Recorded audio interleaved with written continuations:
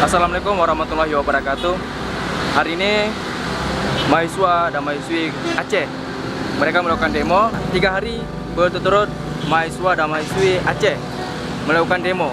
Mereka melakukan demo karena ada salah satu PT membuka tambang emas di Betung, Kabupaten Nagan Raya. Tadi saya sudah tanya kepada mahasiswa bahwa keinginan utama mereka ingin berjumpa langsung dengan Bapak Nova Iriansyah supaya mendapatkan jawaban.